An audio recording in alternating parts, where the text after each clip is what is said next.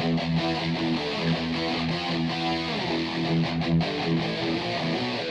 guys, Andy Weir here. So as you can see, it's a lovely bright Saturday.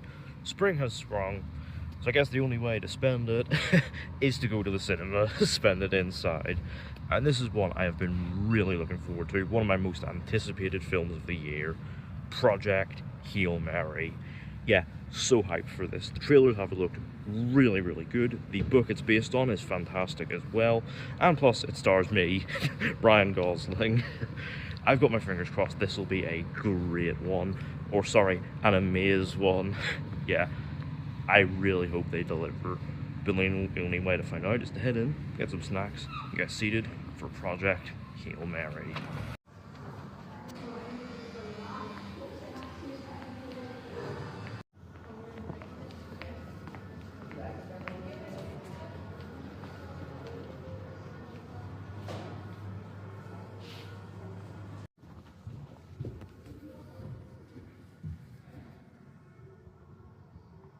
So yeah, I've got my popcorn here in the Gary the Snake tin with the Cadbury button toppers, and a Fanta, ready for Ryan Gosling's mission to save the stars.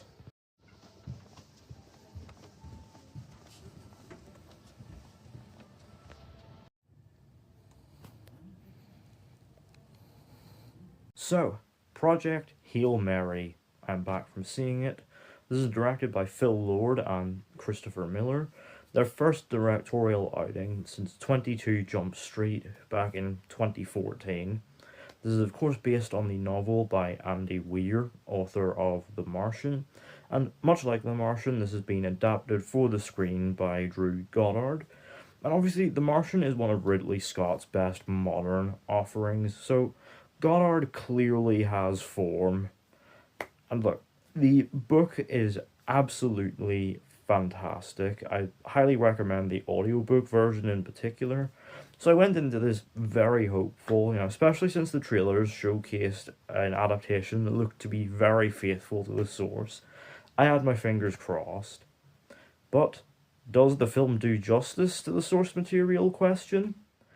Let's find out.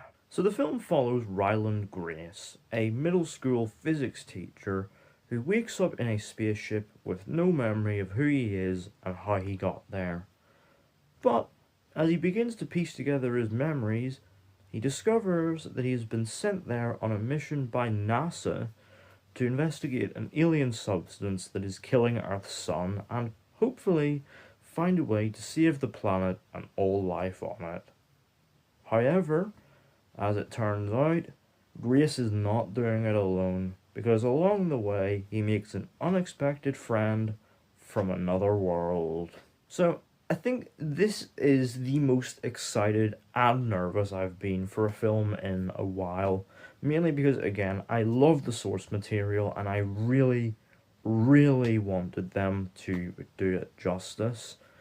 And, well, I'm happy to report they did. They delivered the goods. This is an absolutely fantastic movie that is worthy of a certified 2 thumbs up. Something I really enjoyed here is just how faithful they stayed to the essence of the book. Like, obviously the narrative here is presented in a really interesting way, and how it cuts back and forth between the present and the past. Not in a way that makes it feel convoluted or hard to follow, but rather in a way that, allows us to go on this journey with Ryland Grace, very much allowing us to piece together these key bits of information at the same time he does. Really making it feel that bit more urgent, that bit more personal, and therefore easier to invest in emotionally. Of course, it has the weighty stakes, the end of the world stuff, but it doesn't feel overly portentous or self-serious, mainly because, it has a lot of fun with the sort of sciencey problem-solving stuff in that classic Andy Weir way, but crucially, it doesn't get too bogged down in it, it doesn't get too expository. it streamlines it, and indeed this applies to the whole book narrative in being translated for film. It streamlines it just enough that, it very much, gives out all the crucial information, but doesn't overly simplify it in a way that, would make it feel like it's, holding the audience's hand or talking down. It very much assumes the audience is intelligent enough to pick up on what's going on, and meets them in the middle. And it all works because, in that Lord and Miller way, it just has a real lightness of touch. Like, obviously, it has a real and genuine beating heart with some, a lot of really sincere emotional moments. But at the same time, it has a lot of comedy in there. Obviously, this is based on an Andy Weir book, so of course there's an element of comedy to it, very much running through the whole thing that does deliver some big laughs. And obviously, at the core of it all, we have the Grace and Rocky dynamic, a really, really likable and charming central pairing that, it very much, gets these, big emotional moments out of, it very much gets us properly invested in them. And particular highlight is there's a particular scene from the book, a really crucial one. You'll know what I'm talking about if you've seen the movie, or at the very least read the book. As soon as I realized it was coming up, I was like, oh god, this is gonna break me, isn't it? And yeah, sure enough, it hit hard. But it also gets a lot of laughs out of this really fun sort of odd couple buddy dynamic. It's great, great stuff. And it all works because, Ryan Gosling as Grace is just such a charming leading man. Like, on the one hand, his comic timing is spot on, and so very much sells Grace's jokes. But at the same time, he also has enough gravitas to really sell the weight of the emotional moments. He's just such a charming lead man, and he's really easy to connect to emotionally. Now, to be fair, it's not just him, it's not just him carrying this thing on his magnificent shoulders, there are others as well. Perhaps most notably, Sandra Hüller as Eva Stratt, obviously coming off her double Oscar-nominated run for Anatomy of a Fall and Zone of Interest. She is great here as this, very much the one in charge of this, weighty, high-stakes mission with a real single-minded focus to do whatever it takes to save the planet and the people of Earth. She is great, and she has a really wonderful moment, a full 2-minute scene where she does karaoke. Yeah, if you know, you know. It's great, But indeed, a lot of the acting here is great and allows us to really feel the weight and emotion of what's going on. It helps as well. The film is so just inviting. It is an absolute stunner. I mean, obviously, Greg Fraser was the cinematographer here, and it shows. It's just so colorful and inviting.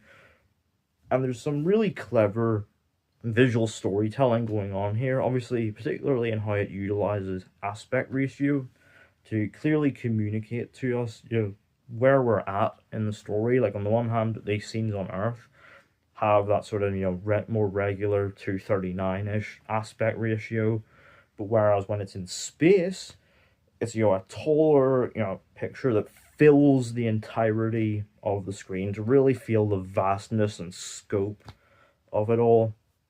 And yet, unlike most other movies where, space is very much portrayed as this cold vacuum, Fraser finds the vibrance and the color, and it is just beautiful.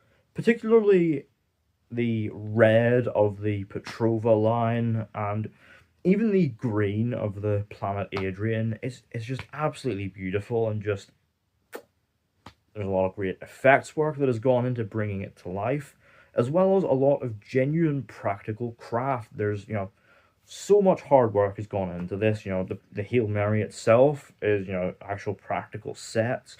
Even Rocky himself is a practical puppet, and it makes it feel that bit more real and tangible, and easier to fully immerse in this just beautiful world, which is helped as well by a cracking otherworldly score from Daniel Pemberton, the sort of rich cosmic soundscape that really enhances the atmosphere of space, especially when paired with some rich sound design that is best experienced on the biggest screen possible with the best speakers.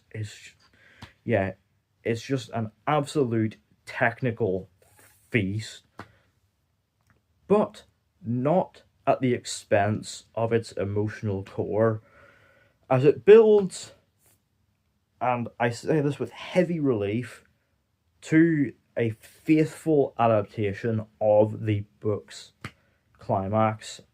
And it does it in a way that feels so satisfying, so like heartfelt, and moving and uplifting. A it very much does right by the journey that we have gone on with these characters, and in the end left me with a big ol' smile on my face. Yeah, I loved this film, and I would not be shocked if this ends up in my top 5 by the end of the year. Yeah, Nolan, Villeneuve, Spielberg, you've all got competition. Overall, Project Hail Mary is a maze, a maze, a maze. It is a funny, heartfelt, and visually stunning cosmic journey carried along by a charming and likable leading man in Ryan Gosling. Yeah, 2 thumbs up all around. Out of 10, Project Hail Mary gets a well-deserved 10. So, let me know down in the comments, have you seen Project Hail Mary? What did you think of it? Are you a fellow Hail Mary book reader like me?